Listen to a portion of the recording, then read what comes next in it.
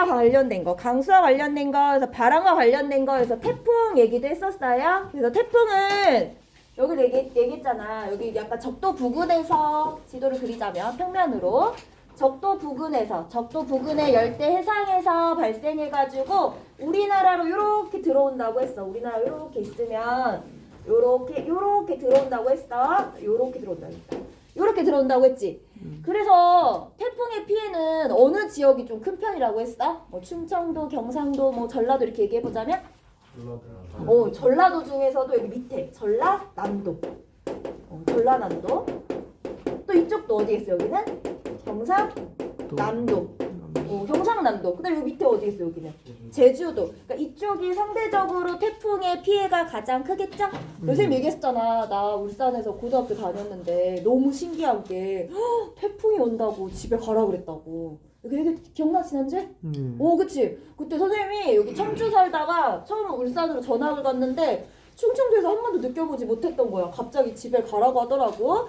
태풍의 피해가 경상남도나 전라남도 이쪽이 매우 크고 태풍은 저기 써있네. 강한 폭풍우를 동반하더라. 이게 바람이었지 그치? 이게 비였어.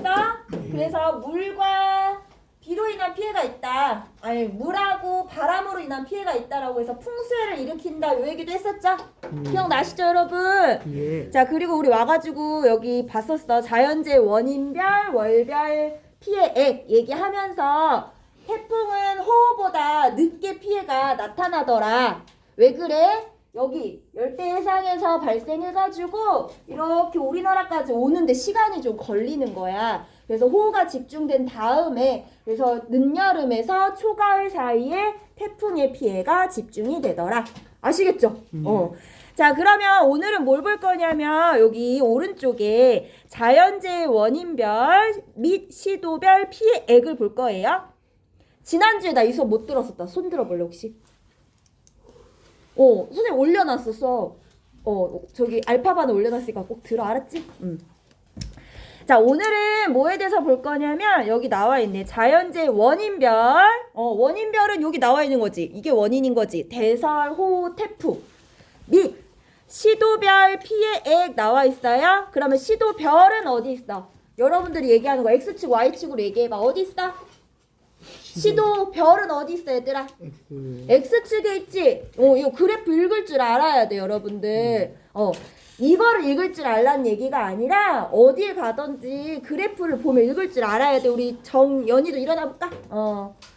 자 그러면 X축에 시도별 해가지고 전라남도부터 이렇게 대구까지 있어요. 그 다음에 피해액은 Y축을 보면 되겠지? Y축을 보면 돼요. 근데 여기 보면 2010년도부터 19년도 누적 피해액이며 2019년도 환산 금액 기준이다 이렇게 나와 있습니다. 우리 책은 있잖아. 우리 책 47쪽 볼래 한번? 필기할 건 아니고 없어도 돼. 그냥 봐도 돼. 자 우리 책 47쪽에도 사실은 비슷한 지도가 있어요. 그러니까 우리는 지금 그래프로 봤지만 막대 그래프로 봤지만 여기는 원형 그래프로 나와 있는데 쟤는 2015년 얘기야. 15년 너무 옛날이지. 자연재해도 얘들아 해마다 다르지. 오는 어떤 해는 막 태풍이 많이 오기도 하고 어떤 해는 막 비가 집중되기도 하잖아. 그래서 이게 15년도나 19년도나 보면은 조금씩 피해액이 다릅니다. 그래서 우리는 언제 걸 보냐면 15년도 건 너무 옛날이라 최신 거 보려고 지금 갖고 온 거 요거 보시면 돼요. 요거 볼 거야. 그러니까 같은 그래프인데 이게 더 최신 버전이라는 거 아시겠지? 그래서 요걸로 공부할 거예요. 자 먼저 보면 여러분들 방금 얘기했습니다. 전라남도나 경상남도는 뭐의 피해가 크다고 했어요? 그렇지. 태풍에 의한 피해가 크다라고 얘기했지. 그래서 전라남도 같은 경우는 보면 지금 딱 보여도 여기 세 개 중에서 태풍에 의한 피해액이 가장 큰 게 보이시죠? 경상남도도 마찬가지야. 경상남도의 피해액 중에서 가장 많은 비중을 차지하고 있는 게 뭐야? 태풍입니다. 아시겠어요? 이 그래프 이렇게 읽어야겠지. 봐봐.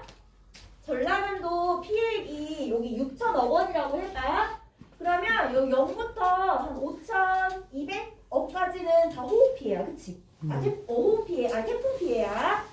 자, 그 다음에 여기 보면 여기가 호우 피해지 얘들아. 요건 어떻게 읽어야 될까? 그거요? 이건 어떻게 읽어야 될까? 여기가 뭐 여기가 한 5,800이라고 해도 5,200이라고 해봐. 그럼 이거 어떻게 읽어줘야 돼 저거는? 호흡 피해 얘기. 5,200하고 5,800이라고 치면 600? 그렇지. 600 이렇게 읽어줘야 되는 거야. 그렇지? 여기가 5,200이고 5,800이면 요 차이가 이제 600억 원인 거잖아. 그러면 전라남도는 호흡 피해가 600억 원이다 이렇게 얘기해줘야 되는 거야. 그 간격만큼 이렇게 그래프 읽을 줄 알겠지? 오, 그래프 읽는 법 알려줬어. 자, 그럼 경상남도도 그러면 경상남도가 갖고 있는 자연재해 피해액 중에서 가장 큰 비중을 차지하는 게 태풍이라는 거 이것도 확인할 수 있겠죠? 그치? 그 방금 우리 얘기했던 거 있었어. 여기 밑에 있네. 2010년도에서 19년도 누적 피해액은 전남, 경기, 경남 등이 많은데 여기 나와 있네. 여기 뭐라고?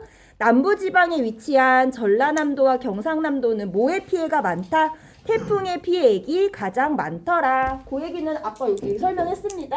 태풍이 저희도에서 만들어져서 이렇게 우리나라 올라오면서 전라남도나 경상남도, 제주도 이쪽에 피해를 많이 준다고 얘기했어요.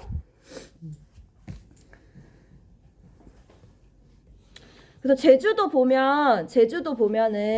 제주는 지금 주로 보면 여기 태풍이랑 대설에 의한 피해가 많은데 그나마 제주도에서는 그래도 지금 큰 비중을 차지하고 있는 게 태풍인 것도 보이시죠? 여기 제주도도. 그치? 자, 그 다음에 볼게요. 그 다음에 여기 대설에 의한 피해가 있어. 이게 대설에 의한 피해액이잖아. 여기 메뉴에 이렇게 조금씩 있는 게. 자, 대설에 의한 피해액은 어디가 제일 많을까요? 어디가 제일 간격이 커? 어디야 얘들아? 강원이지, 그치? 그래서 강원은 대설에 의한 피해액이 많은 편입니다. 여기 나와 있네. 그래서 자, 대설의 피해액은 강원이 가장 많다. 가장 많은 거 보이시죠? 예.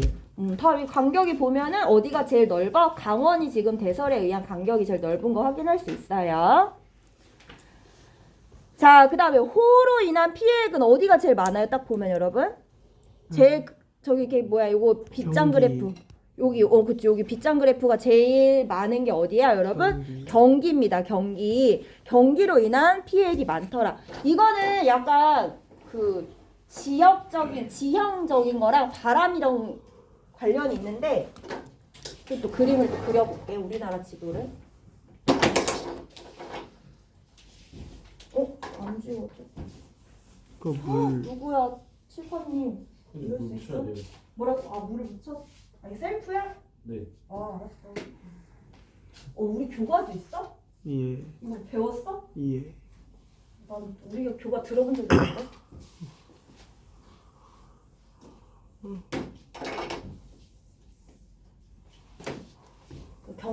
경기도는 저기 보면 경기 지역은 호우로 인한 피해가 많다라고 했는데 보면 이렇게 우리나라 그 있잖아. 이렇게 있다고 쳐봐. 이쪽이 북한이야. 그 지도 되게 못 그리지. 못 그린대. 끄덕끄덕하네. 그래서 여기 써놨는데 보면 이쪽이 이제 경기 지역인데 여기에 이렇게 한강이 있어. 얘들 한강이 막 흘러. 그리고 보면은 이렇게 남서풍이 불어와. 이 호우가 집중되는 지역에. 그래서 남서풍이 불어오면서 여기 한강 중상류 지역이 이렇게 있잖아. 그럼 여기가 가뜩이나 비가 많은, 그러니까 습도가 많고 습도가 많은 편인데 이쪽 따뜻한 남서풍이 불어오는데 이 남서풍 역시도 어떠냐면은 많은 습도와 구름과 비를 지니고 있는 바람인 거야. 그럼 얘네들이 이렇게 불어오면서 여기에 뭐가 있니 얘들아? 산맥 있지. 여기 부딪히면서 여기 산맥 여기 한강 중상류까지 만나면서 둘이 어떻게 돼? 만나가지고 시너지 효과 내서 이쪽에다 비를 확 뿌려버리는 거지. 그래서 경기 지역 쪽에 호우가 많다라는 거 알고 계시면 될 것 같아요. 그래서 방금 얘기한 거야. 그래서 이 그래프 잘 보세요. 여러분들 이거 보시면은 나는 선생님이 사실은 여기 이게 지리를 막 엄청 전문적으로 가르치고 뭐 이런 건 아닌데 보니까 여기 지리에서는 이런 걸 보면서 지역을 유추가 가능하더라고. 어떤 지역인지가 유추가 되더라고. 그러니까 저걸 보여주지 않고도 태풍의 피해액이 많은 지역? 그럼 저기는 전라남도랑 경상남도겠구나.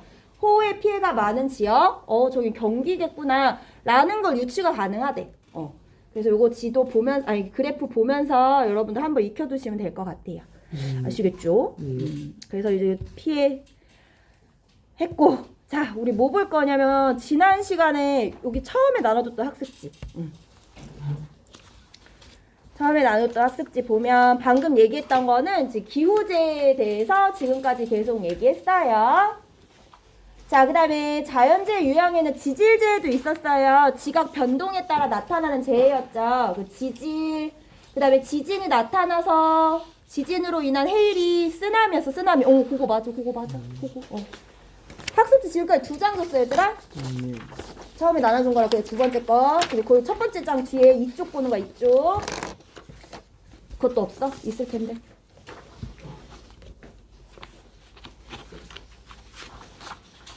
자연재해의 긍정적인 영향, 부정적인 영향도 역시 했습니다. 우리 교과서에서 했어요. 그다음에 두 번째가 뭐냐면 이제 안전하고 쾌적한 환경에서 살아갈 시민의 권리라는 게 있어. 자, 보면 권리라고 했잖아. 그래서 우리 헌법에는 이렇게 안전하고 쾌적한 환경에서 살아갈 우리 국민의 기본권으로 보장하고 있습니다. 그래서 헌법의 34조와 35조에 저런 권리 기본권이 보장되어 있는데, 자, 우리 35조는 여기 옆에 있네요. 한번 볼까요? 이거 환경권이라고도 해요. 환경권. 자, 모든 국민은 건강하고 쾌적한 환경에서 생활할 권리를 가지며, 우리에게는 분명히 환경권이 있는 거지. 쾌적한 환경에서 살 수 있어. 그럼 너희들은 어떻게 해야 되는 거야? 학교 환경이 너무 더러워. 어떻게 해야 돼? 학교에다 요구해야겠지. 예. 그러기 전에 저 밑에 봐봐. 자, 국가와 국민은 환경 보전을 위하여 노력하여야 된다. 여러분들 국민인 거죠? 그럼 여러분들이 우리 학교 환경을 깨끗하게 할 의무도 같이 갖고 있는 거야. 그러면은 학교에 요구하기 전에 너희들이 어떻게 해야 돼? 먼저 깨끗하게 노력해야겠지, 그치? 그래서 보면 저 환경권은 권리이자 의무이다 이런 말 써요. 자, 환경권이 뭐냐면 방금 저거야. 모든 국민은 건강하고 쾌적한 환경에서 생활할 권리. 이게 환경권이야. 근데 보면 저 환경권은 우리 국가가 보장해줘야 되는 거기도 하지만 국민이 지켜야 되는 거지. 그래서 환경권을 권리이자 의무다 이렇게 표현해요. 우리 국민의 권리이자 우리 국민이 지켜야 될 의무 이렇게 얘기합니다. 아시겠죠? 예. 일어나봐. 정연아. 정연 왜 이렇게 엎드려 있어? 어제 늦게 잤어? 몇 시에 잤어 어제? 3시 반? 오우, 야, 왜 그랬지? 3시 반, 윤재 안 자기로 했잖아. 그치?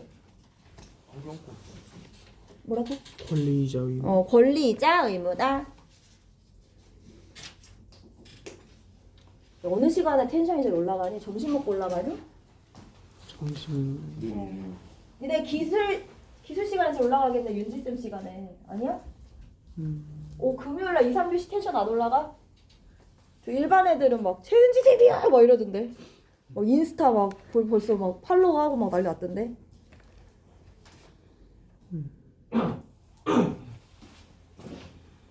자, 이렇게 35조에도 나와 있고 우리 교과서 47쪽에도 한번 봐볼까? 자, 교과서 47조 여기 34조 47쪽 보면 헌법 34조 6항에도 국가가 국민의 안전하고 쾌적한 환경에서 살아갈 시민의 권리라는 게 국가의 책무라는 게 나와 있어. 보면 국가는 재해를 예방하고 그 위험으로부터 국민을 보호하기 위하여 노력하여야 된다 이렇게 나와 있죠. 왜 그런 거야? 우리의 기본권이기 때문에 국가가 이렇게 보장해 줘야 될 책임이 있는 거예요. 아시겠죠? 그래서 여기 나와 있네. 국가는 개인의 안전과 행복을 위해 노력할 책임이 있다. 왜? 시민의 권리이니까.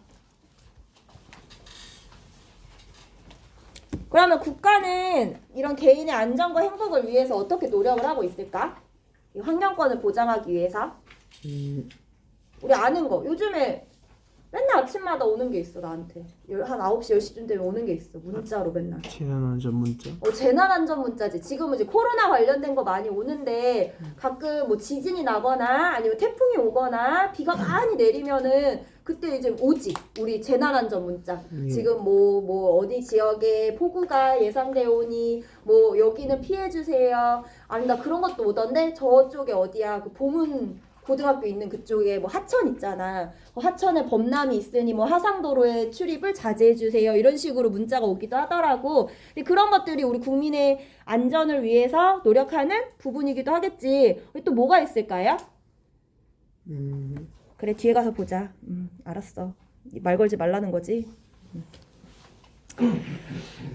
자, 여기 다시 학습지로 가보면 그래서 나와 있네. 우리 헌법조항에서 34조, 35조에서 저렇게 국가에게 국민의 안전과 행복을 위해서 노력할 책무를 부여했기 때문에 우리 헌법을 바탕으로 이런 법률들이 제정되고 있더라. 그래서 저런 법률을 제정하는 거 역시 국가가 우리들을 위해서, 우리 국민의 안전과 그다음에 행복을 위해서 노력하는 부분이겠죠. 그러면은 국가만 노력해야 되느냐? 아니지. 아까 우리 국민도 노력해야 된다고 했잖아. 시민의 역할 나와 있네. 사전에 국가의 안전조치를 요청해라. 이런 것도 나와 있고, 그다음에 재해 대비 안전교육에 적극적으로 참여해라. 그래서 우리 하지. 하지. 지진하고. 그다음에 여름철쯤 되면 이제 태풍 관련해서 또 하더라고. 그다음에 또 성숙한 시민의식 필요하더라. 그리고 공동체의 빠른 회복 위해서. 그래서 어떤 뭐 태풍이 나가지고 뭐 임시 거치 지금 뭐 그거 있던데 뭐 자연재해가 아니지만 산불 나가지고 지금 많은 시민들이 집을 잃었잖아. 그래서 뭐 임시 거치소를 마련해가지고 그 다음에 자원봉사자들이 와서 도와주고 이런 것들이 성숙한 시민의식이다 이렇게 보면 되겠죠. 그래서 요거 보면서 우리 48쪽 볼게요. 48쪽 교과서 봅시다. 자, 자연지진, 여기 나와 있네. 자연재해에 대한 정부의 대응 방안을 한번 볼게. 자, 정부가 이렇게 대응하는 이유는 방금 앞에서 봤습니다. 우리 국가는 우리 국민의 안전과 행복을 위해서 노력할 책임이 있어요. 그래서 정부에서 저렇게 다 여러 가지 대응을 하고 있겠지. 환태평양 조산대 우리 봤었다, 그쵸? 환태평양 조산대에서 얘기했잖아. 지진과 화산 활동이 90%가 집중되어 있다.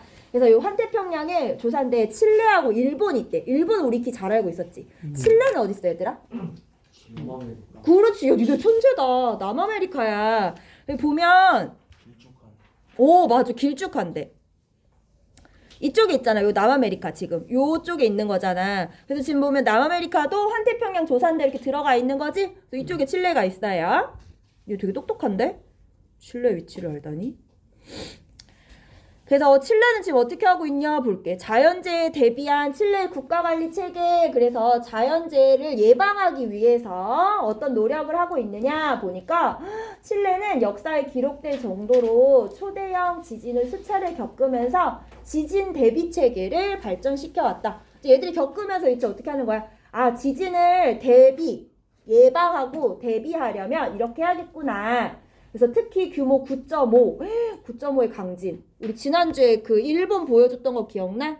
걔들은 7점 얼마였어. 그치? 7점 얼마여도 막 그 지붕이 무너지고 식료품 가게 물건들이 다 떨어지고 이랬는데 9.5는 뭐 거의 끝났지 뭐.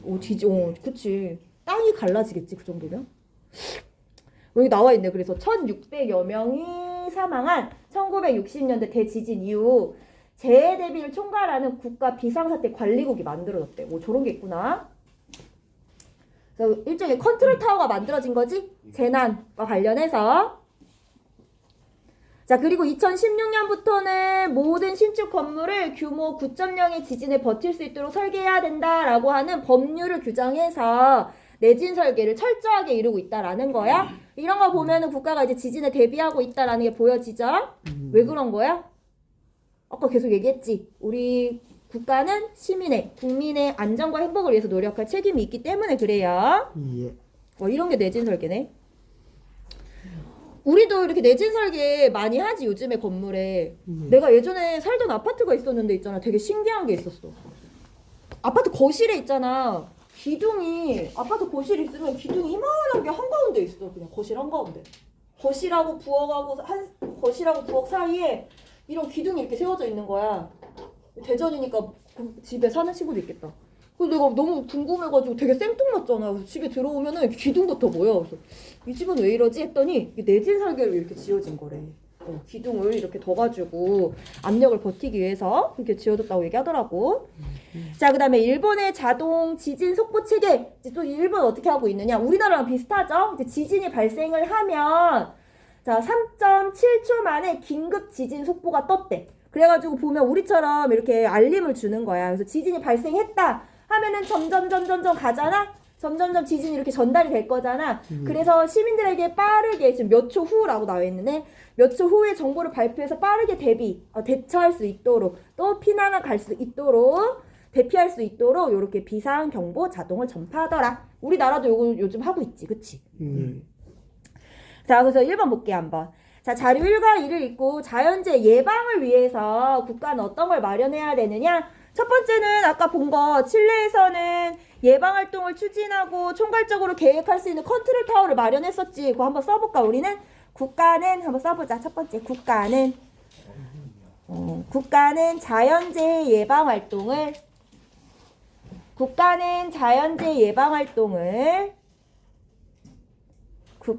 자연재해 예방활동을 총괄적으로 계획하고 추진한다. 국가는 자연재해 예방활동을 총괄적으로 계획하고 추진한다. 용탁이도 써볼려? 한번? 48쪽에 1번 문제 쓰면 돼. 자연재해 예방을 위해서 대비 체계 갖추는 거 봤지? 그래서 국가는 자연재해 예방 활동을 총괄적으로 계획하고 추진한다. 자, 두 번째는 아까 내진 설계와 관련된 법률을 규정했었잖아. 칠레에서. 그래서 자연재해 예방을 위한 법령과 제도를 만든다. 자연재해 예방을 위한 법령과 제도를 만든다. 자연재해 예방을 위한 법령과 제도를 만든다. 첫 번째는 국가는 자연재해 예방 활동을 총괄적으로 계획하고 추진한다. 그래서 아까 칠레가 했던 국가 비상사태 관리국 만들어진 거 봤고, 두 번째는 자연재해 예방을 위한 법령과 제도를 만든다. 그래서 내진 설계와 관련된 법률 규정한 거 봤었어. 그 다음에 아까 1번은 어떻게 했지? 정보망을 구축했었죠. 그래서 자연재해 관련 정보를 신속하게 전달하는 정보망을 구축한다. 자연재해 관련 정보를 신속하게 전달하는 정보망을 구축한다. 요 하나 일어나 보자. 지우도 일어나 볼까, 지우? 우리 지우 일어나. 졸리면 얘들아 가서 물 마시고 와. 니네 어제 게임했니? 밤에? 아니요. 정연이랑 윤재랑 게임한 거 아니야? 똑같이? 여기 반장이 누구라 했더라? 주원이요. 반장 어딨어? 왔어? 안 왔을 거야. 주원이 왔는데? 부반장 누구야? 아, 뒤에 부반장이야, 재영이가? 주원이, 재영이. 주원아, 언제 텐션이 올라가? 국어 시간에. 뭐라고? 국어 시간. 국어 시간에? 국어 누구? 어떤 선생님? 강인숙 쌤. 강인숙 쌤 시간에? 강인숙 쌤 너무 좋으시지. 어떤 포인트에서 너희들은 텐션이 올라가니? 들어오실 때부터요. 아, 들어오실 때부터? 네. 좀 알려줘봐. 어떻게 해야 너희들의 텐션 올릴 수 있어? 급발진하면. 급발진? 뭐라고? 욕을 해야 돼? 아니, 욕하는 거 좋아해? 그래? 어디까지 수용 가능해? 욕. 어디까지 허용할 수 있어? 수위 높아도 상관없어. 아, 수위 높아 상관없어? 아, 진짜. 그래. 그래서 여기 다시 써보면 자연재해 관련 정보를 신속하게 전달하는 정보망을 구축한다. 그 다음 제일 중요한 게 이거지. 재난대비 안전시설을 점검하고 정비하는 거 역시도 국가가 자연재해 예방을 위해서 하는 역할이겠죠? 재난대비 안전시설을 점검하고 정비한다. 나도 이거 왜 알려줄까, 이런 거? 나온다고? 아니, 아유, 참, 아직도 이렇게 시험에 목매는 친구들이 있나? 나는 내가 늘 얘기했지. 그런 게 아니야. 삶에 도움이 돼야 돼. 나중에 니네 혹시 공무원 되고 싶은 친구들 있을 거잖아. 그치? 야, 공무원이 제일 알아야 될 게 이런 거야, 기본적으로. 자연재해 예방을 위해서 국가가 마련해야 될 대책, 이런 거 알고 있어야 되지. 그럼 내가 딱 공무원이 됐어. 근데 그때 갔더니 이제 주민센터로 갔어. 주민센터 장님이 갑자기 물어봐. 아니, 지금, 우리 여기 뭐야 맨홀 뚜껑이 지금 문제라는데 왜 이거 어떻게 해야 되는가 그러면은 딱 손들고 재영이가 얘기하지. 알아서 하죠. 자, 국가는 재난 대비 안전 시설을 점검하고 정비해야 될 의무가 있습니다. 자, 센터장님 제가 가겠습니다. 이렇게 하는 거지, 재영아, 그렇지? 할 수 있겠지? 맨홀에 빠져 죽으면 돼. 맨홀 빠져 주.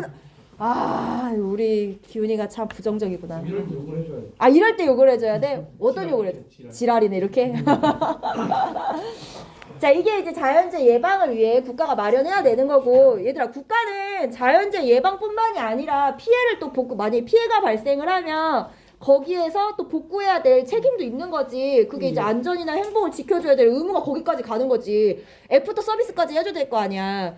예방은 했는데 만약에 자연재해가 발생했어. 그리고 이제 뒷일은 책임지지 않아. 그럼 그게 국가가 해야 될 역할은 아닌 거죠. 그래서 어떻게 해야 되느냐? 뭐 모든 별로 조사해서 발표해보라고 하는데 내가 열심히 조사하고 발표해볼게. 그래서 보면 첫 번째 119 안전신고센터, 뭐 안전신문고 등과 같이 신고체계를 구축한다.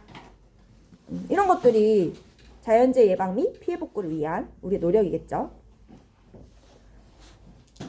119 안전신고센터, 안전신문고 등과 같이 신고체계를 구축한다. 나 처음 알았어. 안전신문고가 있더라? 그냥 알고 있었어? 아니요. 나 그냥 신문고만 알고 있었거든. 안전신문고가 있대. 새롭지 않니? 안전신문고? 네가 이제 재영이가 신고하면 되지.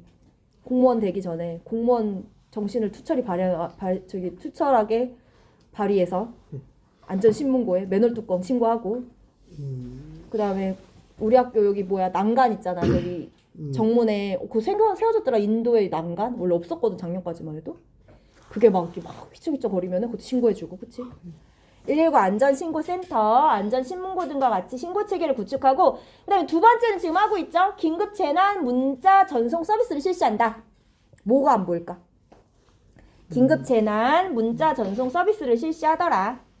그 다음에 119 안전신고센터, 안전신문고 이런 신고체계 구축하고 긴급재난 문자 전송 서비스를 실시해라. 왜 멀뚱멀뚱 있어 우리 현민이? 썼어? 다 보여. 니네는 사람이 적어서 다 보여. 우리 태준이는 되게 열심히 해. 나 늘 보고 있어. 글씨를. 뭐라고? 글씨가 거지 같다고? 아니. 씨. 그게 하나를 몰라. 어떤 거?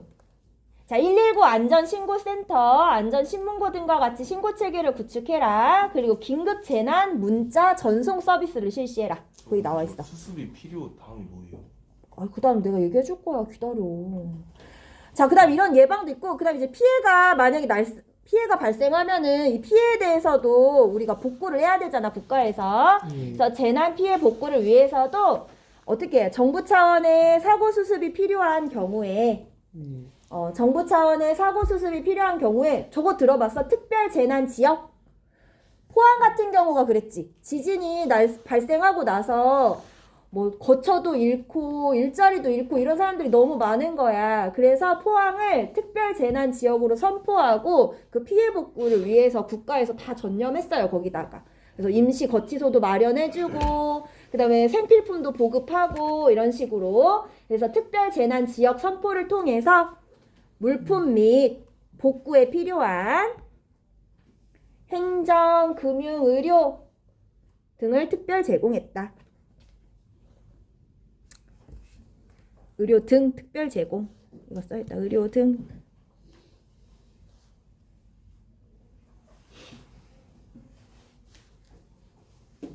의료 등 지원. 사연은 시험범위 아직 안 나왔어. 어? 알려주시지 않았어? 알려주셨네. 지난주 조사하길래 난 알려준 줄 알았지? 선생님 거는 알려줄게. 다시 여기까지 쓰고 알려줄게. 특별 재난 지역 선포를 통해 물품 및 복구에 필요한 행정, 금융, 의료 등을 제공해라. 이렇게 나와 있어요. 시험 범위는 42쪽부터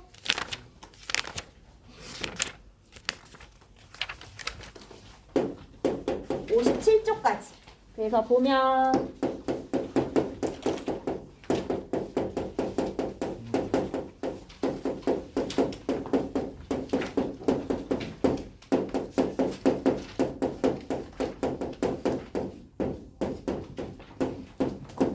소단원 1부터 4까지. 소단원 1부터 4까지.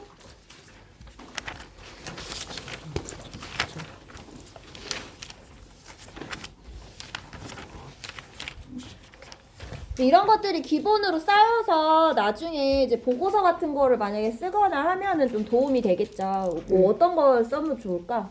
예를 들면 우리나라 자연 재해의 뭐 실태를 알아보고 그다음에 그거에 대한 우리 국가, 우리나라의 뭐 대응 체계 또는 피해 복구 방안 이런 것들 알아보면서 미비한 점이 뭔지 여러분들이 한번 생각해보고 거기에 대한 의견 또 거기에 대한 뭐 해결 방안 아니면은 거기에 대한 뭐 미비점을 채울 수 있는 뭐 제도적인 뭐 여러분들의 아이디어 이런 것들 얘기해주면은 그런 것도 보고서가 될 수 있겠지.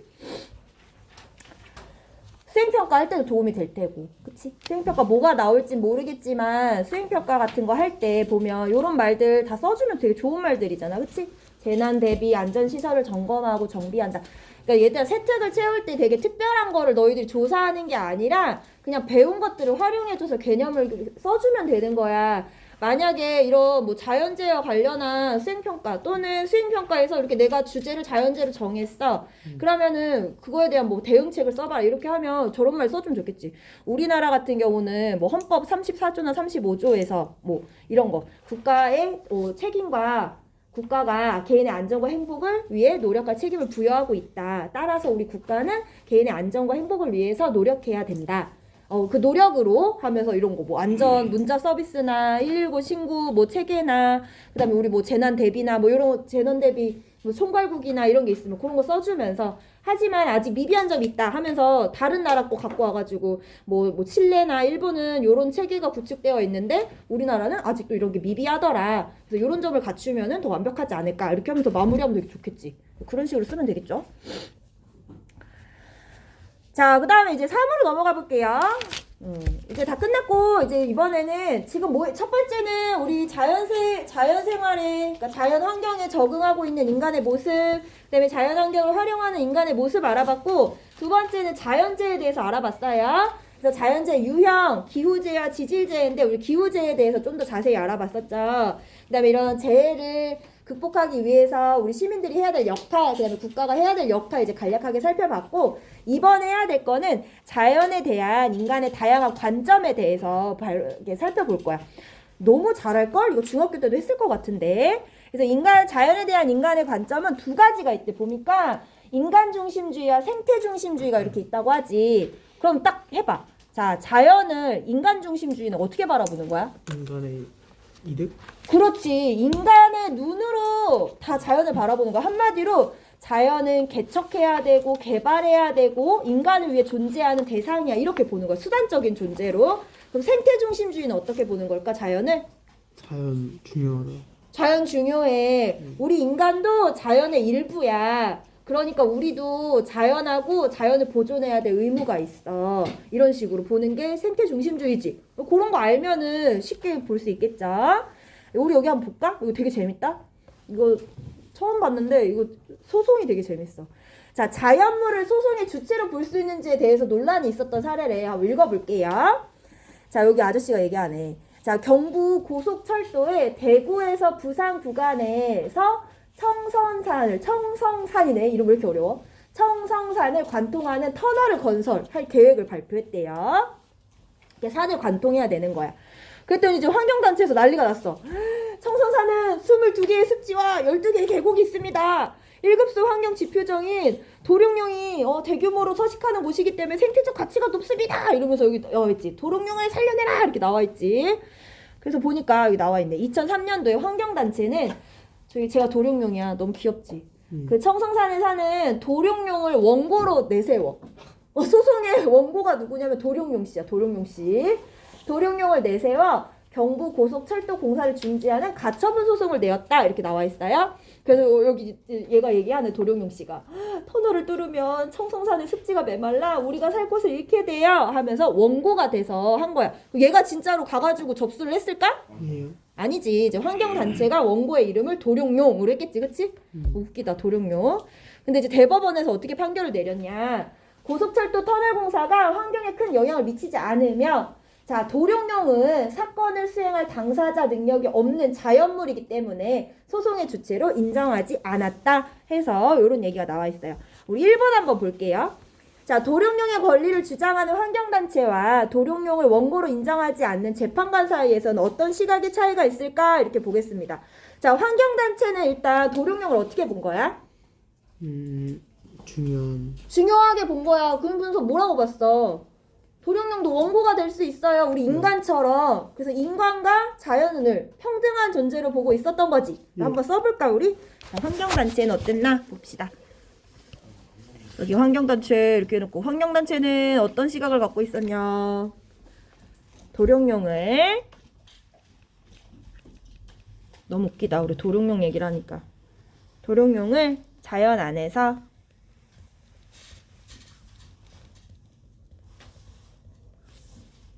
인간과 평등한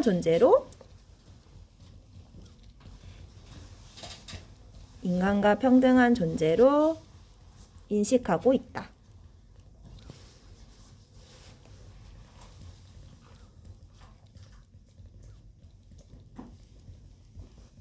그래, 평등한 존재이기 때문에 이렇게 원고 소송의 주체로 내세울 수도 있었던 거고, 그 다음에 이 도룡뇽의 서식지도 보존해주고 싶었던 거지. 예. 그럼 재판관은 인정을 했어, 안 했어? 안 했어요. 안 했어. 왜 안 했을까? 인간하고 평등하다? 아니. 아니, 인간하고 다르다. 그치? 도룡뇽은 누구를 위해 존재한다? 자연은.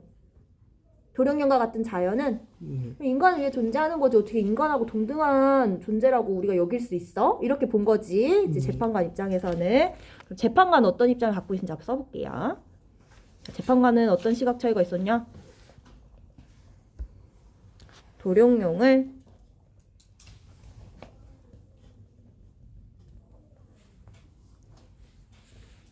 자연물로서, 그게 자연물이라고 했지 아까 거기서? 아유, 우리 재영이가 대답을 제일 열심히 하네. 인간의 생존과 풍요를 위해서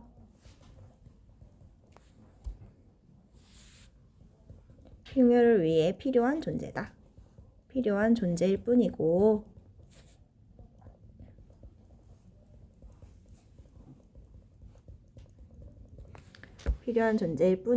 인간과 동일한 권리를 가지고 있지 않다. 그러니까 원고의 주체가 될 수 없다. 이렇게 얘기한 거죠. 인간과 동일한 권리를 가지고 있지 않다.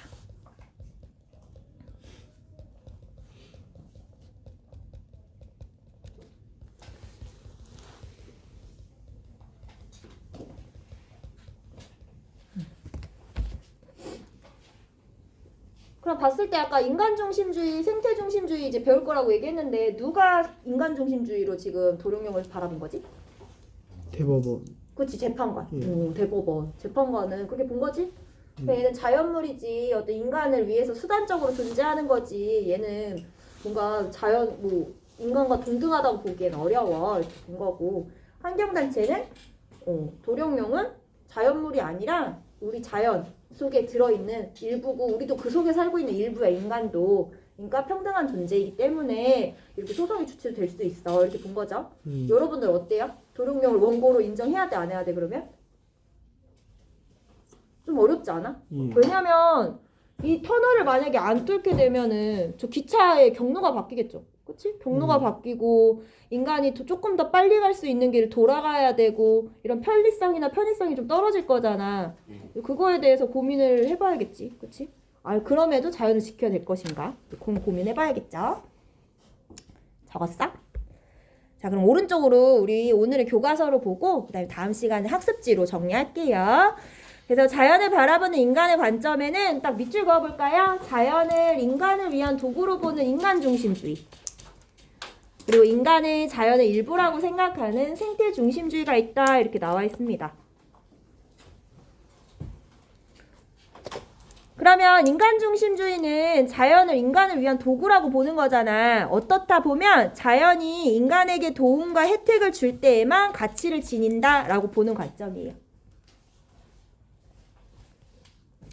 이게 초기 이제 산업화 시대가 이제 도래하고 산업혁명 이후에, 그 다음에 우리가 어떤 무분별한 막 개발, 그 다음에 막 산업의 그런 뭐 발전, 이런 시대 때 주로 생각했던 게 인간 중심주의지.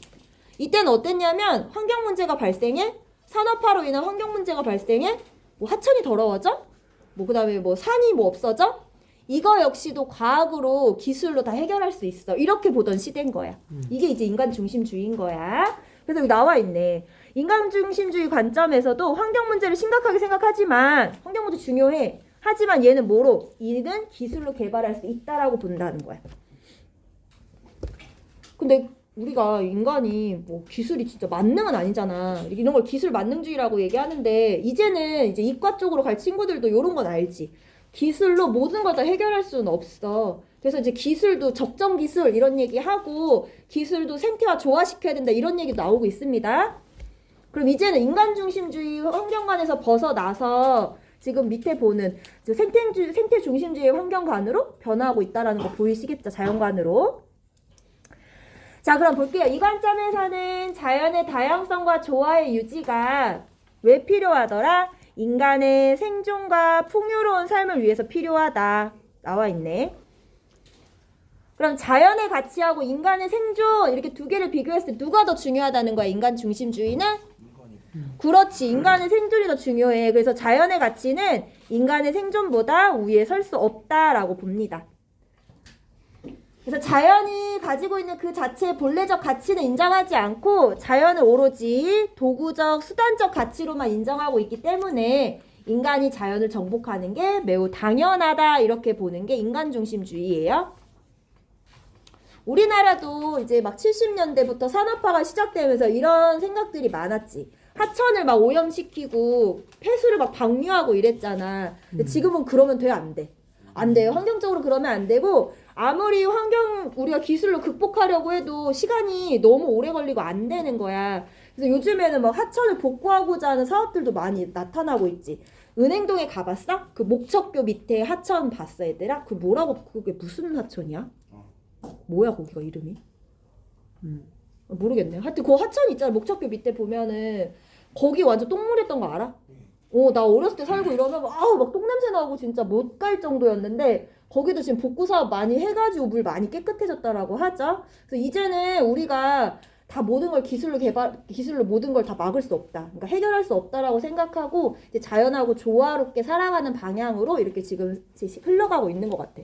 이게 약간 물질적인 풍요랑도 관련된 게 아닐까? 생각해보면 되게 어려웠을 때는 우리가 자연을 생각할 겨를이 없었던 거지. 근데 지금 우리가 삶의 질도 좀 올라가고 물질적인 풍요도 누리고 하니까 이제 좀 자연이 보이기 시작하는 거야. 그치? 자, 아리스토텔레스라는 철학자가 인간 중심주의 입장에서 이렇게 얘기했대. 자, 볼게. 식물은 동물의 생존을 위해서, 동물은 인간의 생존을 위해서 존재한다. 지금 보면 그럼 자연은 결국엔 인간의 생존을 위해서 존재하는 거라고 이렇게 얘기하고 있죠. 자연은 일정한 목적이나 의도를 위한 것이라는 우리의 믿음이 타당하다면 그것은 다름 아닌 인간을 위한 것임에 틀림없다. 그럼 자연이 있는 이유는 뭐라고? 인간을 위해서 있다라고 보는 게 아리스토텔레스의 입장이에요. 아시겠죠? 다음 시간 얘들아 생태 중심주의 다음 시간에 거기 얘기하고 그 다음에 학습지로 정리할게요.